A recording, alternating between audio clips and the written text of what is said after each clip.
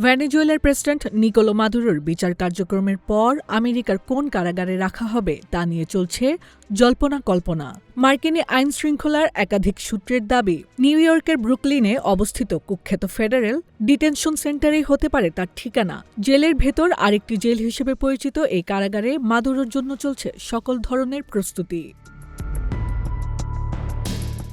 New York শহরের east river পারে দাঁড়িয়ে আছে একটি সুউচ্চ ভবন, যার নাম ব্রুকলিন মেট্রোপলিটন ডিটেনশন সেন্টার, যা কোনো সাধারণ কারাগার নয়, বরং এটি আমেরিকার সবচেয়ে উচ্চ নিরাপত্তা ফেডারেল জেলগুলোর একটি।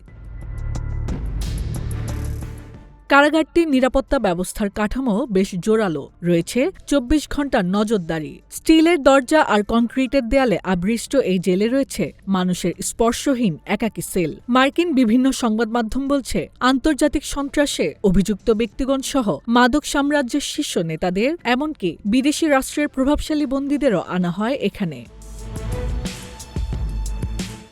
যাদের বেশিরভাগই হাই প্রোফাইল অর্থাৎ আলোচিত ব্যক্তি। বর্তমানে এখানে সাজা ভোগ করছেন ক্রিপ্টোকারেন্সি উদ্যোক্তা স্যাম ব্যাংকম্যান-ফ্রাইড, যিনি প্রতারণার দায়ে দোষী সাব্যস্ত। এছাড়া ইউনাইটেড হেলথ কেয়ারের সিইও ব্রায়ান থম্পসন হত্যাকাণ্ডের অভিযুক্ত লুইজি মেনজিউনে বন্দী রয়েছেন এমডিসিতে। তবে ব্রুকলিনের এই কারাগারটির পেছনে রয়েছে অমানবিক ও বর্বরতার ইতিহাস।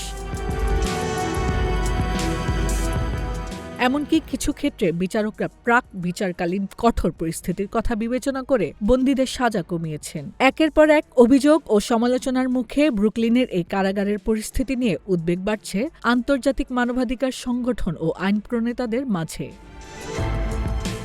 হাসনা আক্তার, দিনকাল ডিজিটাল।